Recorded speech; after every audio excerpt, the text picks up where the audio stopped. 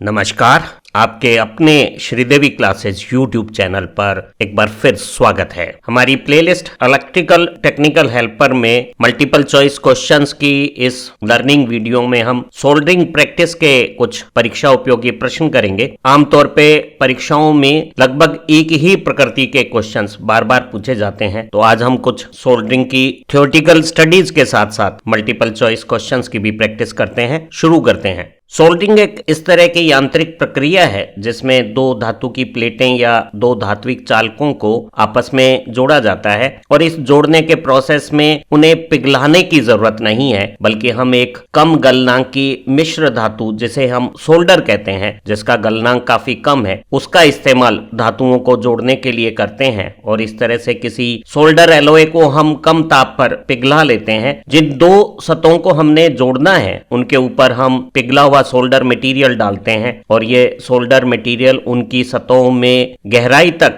घुसकर दोनों सतहों में आपस में एक यांत्रिक और विद्युत संपर्क बना देता है। सबसे प्रचलित सोल्डर मिश्र धातु टिन और लेड की एक मिश्र धातु है जिसमें अलग अलग मात्राओं में टिन और लेड का प्रयोग किया जाता है। जब दोनों टिन और लेड बराबर 50-50% होते हैं तो ऐसा जो सोल्डर है उसका कार्यकारी ताप और गलनांक अधिक होगा और इसे हम हैवी ड्यूटी सोल्डरिंग में केबल और कंडक्टर को जोड़ने, प्लम्बिंग के काम करने के लिए इस्तेमाल करते हैं और इस 50-50 लेड टिन एलॉय को हम टिनमन सोल्डर भी कहते हैं। विद्युत कार्यों में जिस हम सोल्डरिंग टिन लेड एलॉय का इस्तेमाल करते हैं उसमें टिन की मात्रा 60 या 63% है और लेड की मात्रा 40% या 37% है। इसका गलनांक या कार्यकारी ताप कम है और इलेक्ट्रिकल केबल और कंडक्टर के कनेक्शंस के जॉइंट्स के लिए हम 60-40 कंपोजिशन वाला इलेक्ट्रिशियन सोल्डर इस्तेमाल करते हैं। वहीं इलेक्ट्रॉनिक कंपोनेंट को जोड़ने के लिए हम 63% टिन और 37% लेड वाला फाइन सोल्डर का इस्तेमाल करते हैं। जब हम विद्युत तारों या केबल को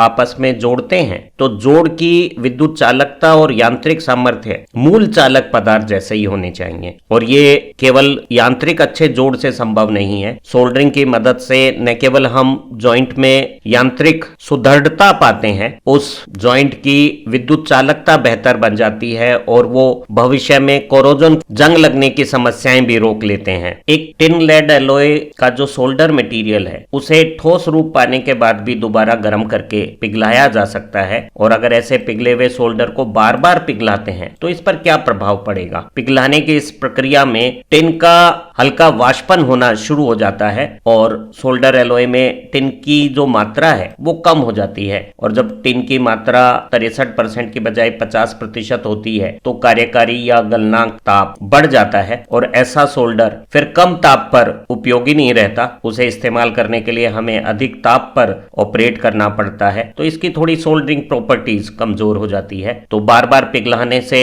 सोल्डर में टिन का भाग कम हो जाता है और उसका मेल्टिंग पॉइंट हाई हो जाता है। सोल्डरिंग की प्रक्रिया के दौरान धात्विक सतह पे बनी हुई ऑक्साइड की परत को घोलने के लिए और गर्म स्थितियों पे जब सोल्डर मटेरियल पिघला हुआ दो जोड़ने वाली धातुओं पर गिराया जा रहा है, उस प्रक्रिया के दौरान ऑक्साइड का भी निर्माण ना हो उसके लिए हमें उपयुक्त सोल्डरिंग फ्लक्स का इस्तेमाल करना होता है। और सोल्डरिंग फ्लक्स के बारे में परीक्षाओं में बहुत प्रश्न पूछे जाते हैं। जैसे एक प्रश्न है, अगर हमें गैल्वेनीकृत लोहा गैल्वेनाइज्ड आयरन के ऊपर सोल्डरिंग करनी है तो हम हैवी ड्यूटी सोल्डर मटेरियल 50-50% वाला लेड टिन कंपोजिशन यूज करेंगे और इसके लिए किस प्रकार के सोल्डरिंग फ्लक्स का हमें इस्तेमाल करना है ताकि ऑक्साइड बनने से जो सोल्डरिंग की प्रॉब्लम्स हैं वो न हो। तो गैल्वेनाइज्ड आयरन के लिए हम हाइड्रोक्लोरिक एसिड को एक सोल्डरिंग फ्लक्स के बतौर इस्तेमाल करेंगे जो वहां आयरन ऑक्साइड को घोल लेगा और सोल्डरिंग की प्रक्रिया के दौरान ऑक्साइड फॉर्मेशन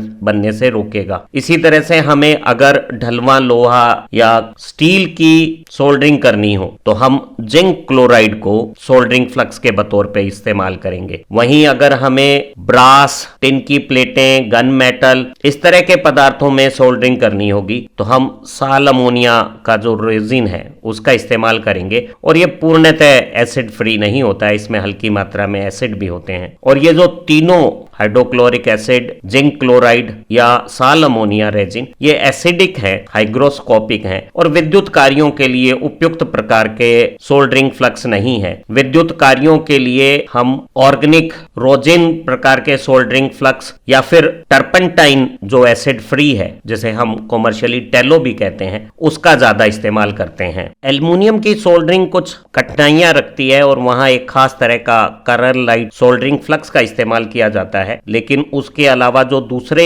परीक्षाओं में पूछे जाने वाले जो सुटेबल फ्लक्स हैं अलग अलग धातुओं के लिए, उन्हें हम एक बार फिर दोहरा लेते हैं। जो गैल्वेनाइज्ड आयरन है या जिंक की सोल्डरिंग की प्रैक्टिसेस हैं, उसमें हम हाइड्रोक्लोरिक एसिड के एक्वस सॉल्यूशन का इस्तेमाल करते हैं, जिसमें 90% डिस्टिल वाटर में 10% HCl एसिड का सॉल्यूशन बनाया जाता है। वहीं स्टील और कास्ट आयरन की सोल्डरिंग के लिए जिंक क्लोराइड का इस्तेमाल किया जाता है। ब्रास, गन मेटल और कॉपर एलॉयज की सोल्डरिंग के लिए साल अमोनिया रोजिन का इस्तेमाल किया जाता है। ये सभी एसिडिक फ्लक्स विद्युत कार्यों के लिए उपयोगी नहीं है, क्योंकि ये हाइग्रोस्कोपिक है, मॉइस्चर को अवशोषित करते हैं और विद्युत संपर्क में ड्यूरेबिलिटी को घटाते हैं। तो विद्युत कार्यों में सोल्डरिंग के दौरान ऑक्साइड लेयर को घोलने और बाद में सोल्डरिंग की प्रक्रिया के दौरान ऑक्साइड लेयर ना बने, उसके लिए हम रोजिन इलेक्ट्रिक फ्लक्स का ज्यादा इस्तेमाल करते हैं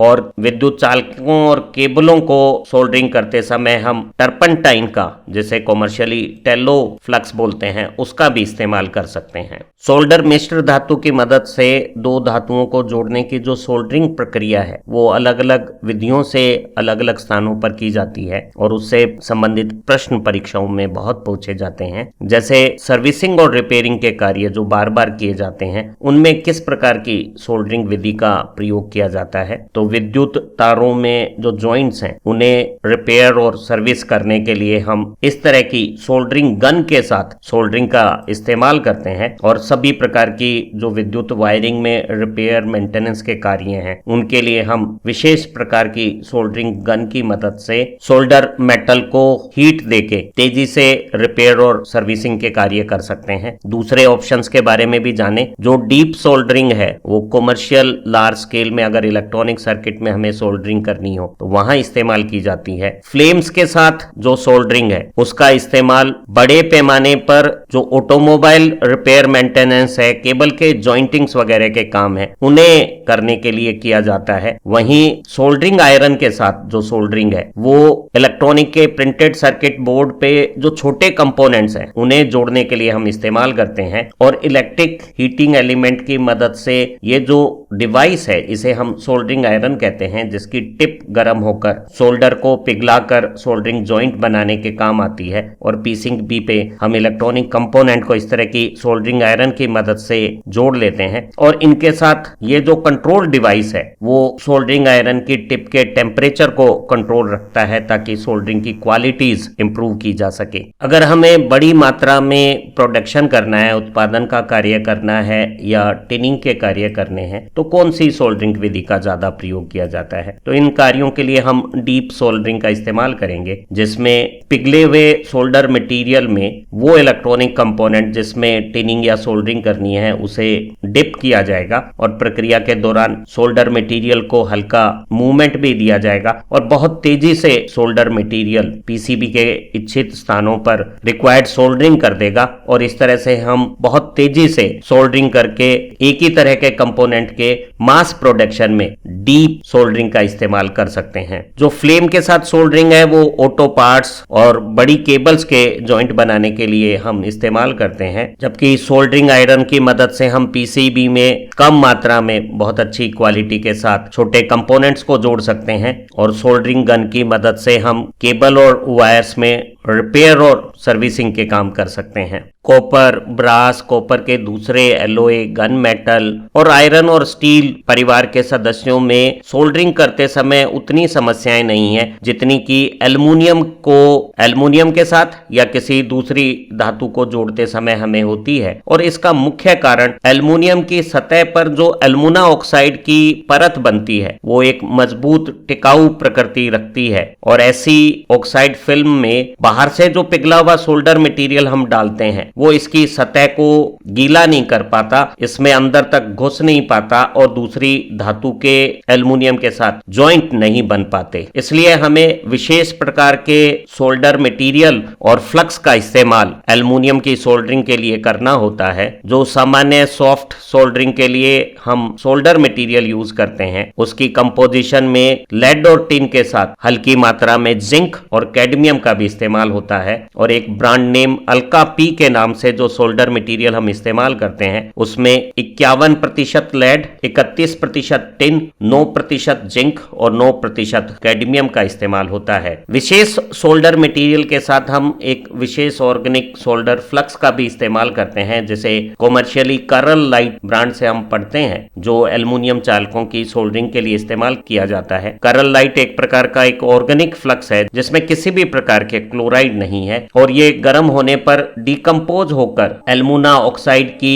फिल्म को हटा लेता है और ऑक्साइड परत हटने पर जो पिघला हुआ सोल्डर मेटल है वो एल्युमिनियम की सतह को गीला करके उसमें पेनिट्रेट होकर दूसरी मेटल के साथ एल्युमिनियम का जॉइंट बना लेता है। लेकिन हमें इस तरह के करल लाइट प्रकार के जो ऑर्गेनिक फ्लक्स हैं, उन्हें 360 डिग्री सेल्सियस से कम ताप पर ही इस्तेमाल करना चाहिए, अन्यथा अधिक ताप पर ये जो ऑर्गेनिक फ्लक्स हैं वो चेयरिंग कर जाते हैं, बहुत ज्यादा गर्मी में झुलस जाते हैं और उनके झुलसने से जो फ्लक्स की एक्शन है वो प्रभावहीन हो जाती है और फ्लक्स का जो जला हुआ अवशिष्ट है वो जॉइंट में रिक्त स्थान बनाकर जॉइंट को यांत्रिक और विद्युत रूप से कमजोर बना देता है। जब हम एल्युमिनियम की सोल्डरिंग करते हैं तो करल लाइट या काइनल प्रकार के जो फ्लक्स हम ऑर्गेनिक यूज करते हैं, उन्हें चालक को साफ करके ब्रश की मदद से चालक के ऊपर बिछा देना चाहिए और जब हम पिघला हुआ सोल्डर मटेरियल डालेंगे तो ये फ्लक्स डीकम्पोज होकर एल्युमिनियम ऑक्साइड की परत को हटा देगा